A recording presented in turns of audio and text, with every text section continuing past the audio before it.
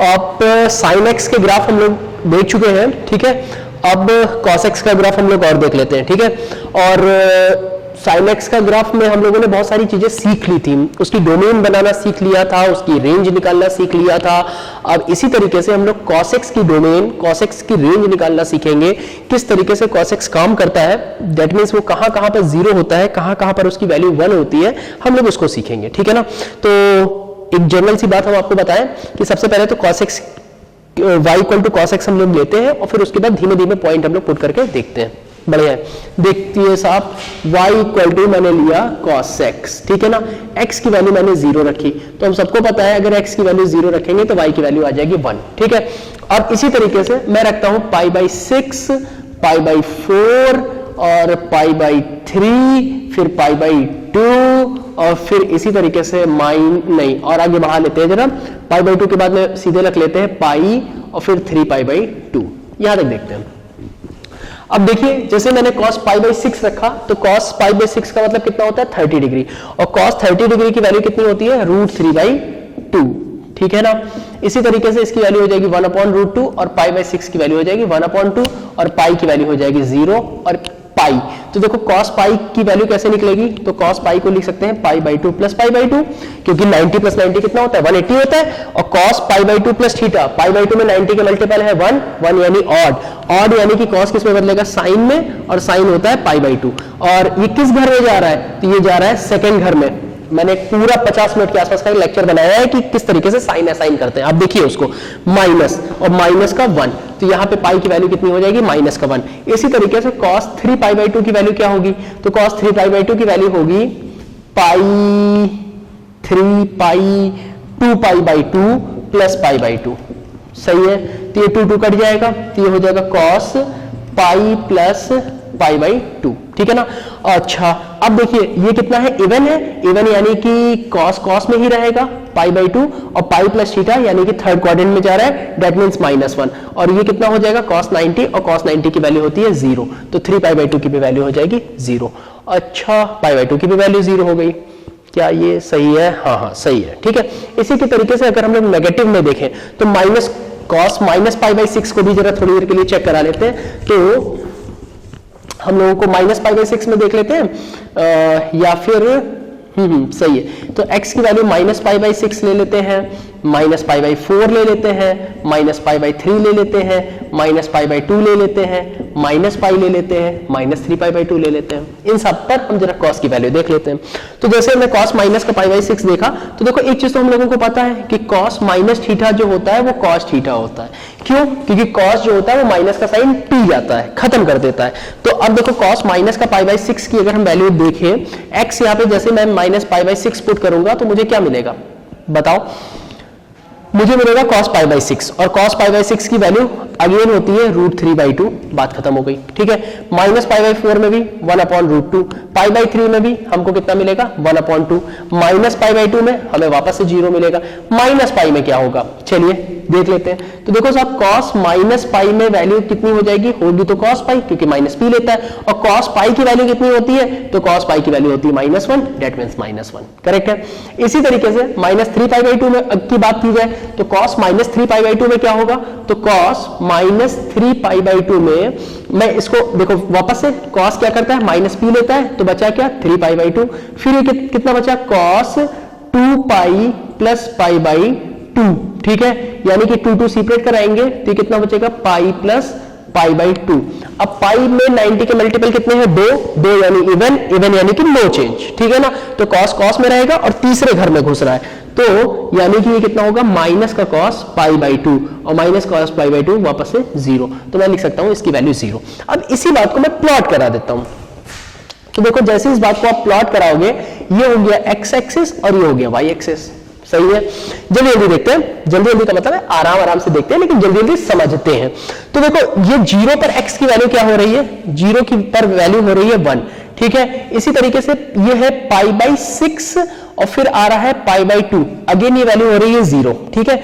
और फिर वापस आ रहा है π/2 के बाद आता है पाई, यहां पे वैल्यू हो रही है -1 और -1 है कहीं यहां कहीं पर, ठीक है। और पीछे की तरफ देखते हैं, तो पीछे की तरफ है यहां कहीं है π/2 और यहां कहीं पर है -π, ठीक है। तो हम लोग इस तरीके से अगर देखें तो माइनस पाई पे वैल्यू कितनी हो रही है, माइनस पाई पे वापस से वैल्यू हो रही है -1, तो ये वैल्यू यहां जा रही है, और पाई बाई 2 पे वापस से 0 हो रही है, पाई बाई 2 पर वापस से 0 हो रही है, और पाई पर वापस से -1 हो रही है। ठीक है, तो इसका ग्राफ कुछ कुछ किस तरीके का होगा, ग्राफ ऐसे करके कुछ जाएगा, ठीक है ना, और इधर से ऐसे करके कुछ जाएगा। ठीक है, तो अगर हम लोग इसको ध्यान से देखें तो ये पता है क्या लग रहा है, ये अभिनंदन भैया की मूछें लग रही हैं। अभिनंदन भैया हमको पता है कौन है अभिनंदन भैया, ठीक है, पाकिस्तान चले गए थे बेचारे, तो ये उसकी मूछों की तरीके से ये ग्राफ बनेगा। ठीक है, और ये इतना स्मूथ ग्राफ होगा, ये अगेन असाइन करता हुआ ऐसे जाएगा, और अगेन असाइन क्यों बोल रहे हैं यार, ये अगेन जाते हुए इस तरीके से इंफिनिटी तक जाएगा, और इधर से इंफिनिटी की तरफ जाएगा। तो ध्यान रखो कॉस का ग्राफ कैसा होता है, अभिनंदन भैया की मूंछों की तरीके से होता है, और साइन का ग्राफ कैसा होता है कि आपने जैसे कोई यहां पर एक रस्सी बांध ली और ऐसे करिए तो ग्राफ इस तरीके का चलता चला जाता है, जैसे यहां पर रस्सी बांध ली और ये ग्राफ ऐसे करके जा रहा है, ये हमारा साइन का ग्राफ होगा, जैसे इधर उसी तरीके से उधर चला जाएगा। ठीक है, तो ये हो गया कॉस का ग्राफ। ठीक है, अब इसी को मैं थोड़ा सा जल्दी से ये तो मैंने समझाने के लिए बना दिया। ठीक है, इन सारी चीजों को रफ करके मैं कॉस का ग्राफ एक ऊपर बना देता हूं बड़ा सा, जिसमें आपको सारी चीजें समझ में आने लगेंगी। ठीक है, देखिए, और देखिए साइन और कॉस ये दोनों ही ग्राफ आप बहुत प्रॉपरली और बहुत सही तरीके से याद रखिए। ठीक है, तो ये हमारे काम बहुत आने वाले हैं, एप्लीकेशन ऑफ इंटीग्रल में आने वाले हैं, डिफरेंशिएशन में आने वाले हैं, और एडी में यानी एप्लीकेशन ऑफ डेरिवेटिव्स में, एप्लीकेशन ऑफ डिफरेंशिएशन में आने वाले हैं। ठीक है, ऐसे करके। ठीक है, और वापस से इधर ही बनेगा, ये ऐसे करके जाएगा, मैंने ज्यादा बड़ा बना लिया। ठीक है, ये एक्स एक्सिस, ठीक है, ये हमारी एक्स एक्सिस हो गई, ये हमारी वाई एक्सिस हो गई। ठीक है, तो देखिए साहब ऊपर की तरफ ये मैक्सिमम कितना गया, ऊपर की तरफ ये मैक्सिमम गया 1, ठीक है ना, और नीचे की तरफ ये कितना गया, नीचे की तरफ ये गया -1। ठीक है, तो ऊपर गया +1 और नीचे गया -1। ठीक है, तो ये पॉइंट कितना है, ये पॉइंट है π/2, ये पॉइंट कितना है, ये पॉइंट है 3π/2। ठीक है ना, ये पॉइंट कितना है, ये पॉइंट है 5π/2, और इसी की तरीके से 7π/2 और जाता चला जाएगा। ये पॉइंट कितना है -π/2, और ये पॉइंट है -3π/2। ठीक है, तो कहने का मतलब क्या हुआ कि ये जीरो कहां कहां पर है, तो आप देख रहे हो ना π/2, 1π/2, 3π/2, 5π/2, जितने भी ऑड π/2 है वहां पर cos का ग्राफ हमेशा क्या होता है 0। तो मैं कहूं कि cos x = 0, that means x की वैल्यू जो भी होगा 2n + 1 π/2 पर होगा, और 2n + 1 यानी कि n को मैं बोल सकता हूं n बिलोंग्स टू इंटीजर। ठीक है ना, इंटीजर का मतलब क्या हुआ कि n की वैल्यू मान लो आपने 0 रखी तो देखिए 1 π/2 मिलेगा, तो देखो π/2 मिला, फिर आपने 1 रखा तो 3 π/2 यहां मिला, आपने 2 रखा तो 5 π/2 मिला, आपने 3 रखा तो कितना हुआ, ये 7 π/2 हुआ। इसी तरीके से आगे और पीछे चलते जाएंगे, हमको ऑड π/2 पर हमेशा क्या मिलेगा, cos की वैल्यू 0 मिलेगी। ओके, फिर मैक्सिमम ये कहां जाएगा, मैक्सिमम 1 पे जाएगा, तो देखो 0 पे 1 है, ये पाई है, पाई पे -1 है, मैं 1 2 लिख दे रहा हूं, ये पाई है और ये कितना है 2 पाई है, और इसी तरीके से ये -पाई है और ये कितना है -2 पाई है। ठीक है, ये इस तरीके से आगे पीछे चलता जाएगा। ठीक है, इसलिए एकदम आप सही से समझिए। फिर अब अगली जो मैं बात बताने वाला हूं कि जो cos x है, ठीक है ना, cos x कैसा है, ये हमेशा कंटिन्यूअस फंक्शन होगा, तो मैं लिख रहा हूं ये कैसा होगा, कंटिन्यूअस फंक्शन। ठीक है, ये कंटिन्यूअस होगा। उसके कंटिन्यूअस होता क्या है, ये देखो अभी 11th के हो तो धीमे धीमे चीजें पता लगेगी। 12th में जब हम लोग जाएंगे तो कैलकुलस में कंटिन्यूटी और डिफरेंशिएबिलिटी 2 टॉपिक हम लोगों को मिलेंगे। तो कंटिन्यूटी का मतलब क्या होता है, जो फंक्शन सतत यानी लगातार चलता चला जाए। ठीक है, देखो ये लगातार चल रहा है, कहीं पर भी ब्रेक नहीं हो रहा है। ठीक है, तो ऐसे फंक्शन को हम लोग क्या बोलेंगे, कंटिन्यूअस फंक्शन बोलेंगे। अब डोमेन क्या होगी साहब, तो देखिए डोमेन इसकी होगी -∞ टू इन्फिनिटी। इसकी रेंज क्या होगी, तो रेंज होगी -1 से +1 तक, ये इसकी रेंज होगी। ये डोमेन हो गई, ठीक है ना, और ये हमारी क्या हो गई, ये रेंज हो गई। ठीक है, अच्छा ये कंटिन्यूअस फंक्शन हो गया, डोमेन मिल गई, रेंज मिल गई, और हम लोग इसमें क्या ही देख सकते हैं, हम लोगों को ये पता लग गया कि cos x जो होगा वो x 0 कब होगा, जब x की वैल्यू 2n + 1 π/2 होगी। अच्छा, इसका एक लूप कहां से कहां के बीच में होता है, तो एक लूप मैं यहां पर रफली बना रहा हूं, इसका जो एक लूप होता है वो -π/2 से, ये -π/2 हुआ और ये प्लस का π/2 हुआ। ठीक है ना। तो ये जो एक लूप है ये -π/2 से +π/2 के बीच में होगा, ठीक है ना। इस एक लूप में ये cos x काम करेगा, ठीक है। अच्छा, और समझ लेते हैं जरा। ये हो गया, ये हो गया। अब देखो, अब मुझसे कोई कहे कि नहीं, मुझे तो भाई y = cos x + 1 इसकी डोमेन बताओ, ठीक है, और इसकी कॉमा इसकी रेंज बताओ, ठीक है ना, ये क्वेश्चन है।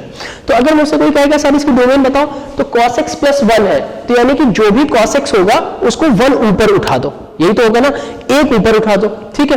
तो डोमेन में तो कोई परिवर्तन नहीं होगा, क्योंकि हमने sin x वाले ग्राफ में भी आपको बताया था कि डोमेन क्या होती है, डोमेन होता है expansion of x axis, x axis में जितना फैलेगा वही उसकी डोमेन होती है, और रेंज क्या होता है, expansion of y axis. y axis में कोई ग्राफ जितना ऊपर नीचे जाएगा उसी को तो हम लोग रेंज बोलेंगे ना।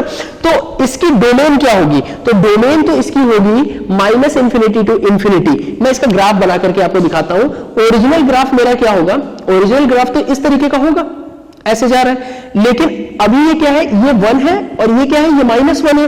जब मैं एक ऊपर उठा दूंगा तो माइनस वाला 0 पर आ जाएगा और 1 वाला क्या हो जाएगा, 2 पर आ जाएगा। तो मैं इसको अब इसी ये तो ओरिजिनल ग्राफ है, 1 ऊपर गया तो देखो ये आ गया 2 पर, ठीक है, ये आ गया 2 पर, और -1 वाला कहां पर आ गया, -1 वाला आ गया 0 पर। तो अभी जो ग्राफ होगा वो किस तरीके का ग्राफ बनेगा, ऐसे करके ग्राफ बनेगा, ठीक है। तो अभी जो इसकी रेंज आएगी, तो अभी रेंज क्या आएगी, तो देखिए y एक्सिस पे मिनिमम नीचे कितना जा रहा है, 0, और मैक्सिमम कितना जा रहा है, तो ये ऊपर जा रहा है 2 पर। तो मैं ये बोल सकता हूं 0 से 2 जो होगी इसकी क्या होगी, रेंज हो जाएगी, ठीक है। तो ये बात हम लोगों को ध्यान में रखनी पड़ेगी कि किस तरीके से cos x का नेचर होता है। फिर पुरानी बातें हैं वहीं पर कि जब हम cos 2x की बात करेंगे या cos x/2 की बात करेंगे, तो हम लोगों को पता है कि cos 2x और cos x/2 इसमें क्या होगा, ये जो ग्राफ होगा ये हमेशा क्या करेगा, श्रिंक करेगा, ठीक है ना। जो इसका लूप होगा, जैसे एक cos x का ग्राफ क्या होता है, मैं इसको रफ कर रहा हूं, cos x का ग्राफ जो होता है वो तो इस तरीके का होता है ना।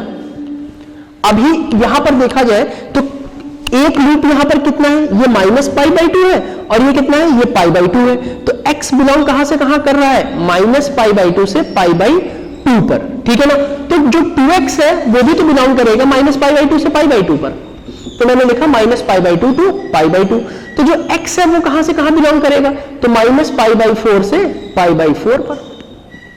बोलो भाई, तो अगर मुझे cos 2x का ग्राफ बनाना होगा तो cos 2x का ग्राफ कैसा बनेगा, तो cos 2x का ग्राफ अगर मैं बनाऊं तो cos 2x का ग्राफ बनेगा, ये है -π/4 और ये होगा π/4, और ये 0 पर तो 1 ही होगा, तो इस तरीके का ये ग्राफ हमें मिलेगा, ठीक है। तो जो ओरिजिनल ग्राफ है वो π/2 से π/2 पर जा रहा है, π/4 तो अंदर है ना, तो ग्राफ क्या हुआ, सिकुड़ गया।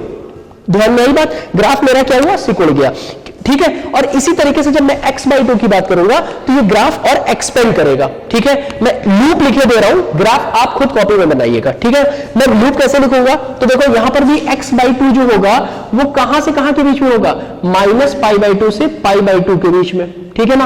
और x कहां से कहां के बीच में होगा, तो -π से π के बीच में। तो देखो अभी कौन सा, अब जो लूप बनेगा, लूप कहां बनेगा, पाई में, और यहां पाई में। तो देख रहे हो ग्राफ और फैल गया। तो जैसे अब इसका ग्राफ बनाएंगे तो ये ग्राफ और ये फैल जाएगा, तो ये हो जाएगा -π और ये हो जाएगा पाई, ठीक है। अब इसी पर बेस्ड आपको आपकी एमएल के जो सवाल होंगे मैं वो बताऊंगा, ये एक एक करके मैं धीमे धीमे मैंने कॉन्सेप्ट आपको बता दिया, प्रैक्टिस करते रहिए, ठीक है। धन्यवाद।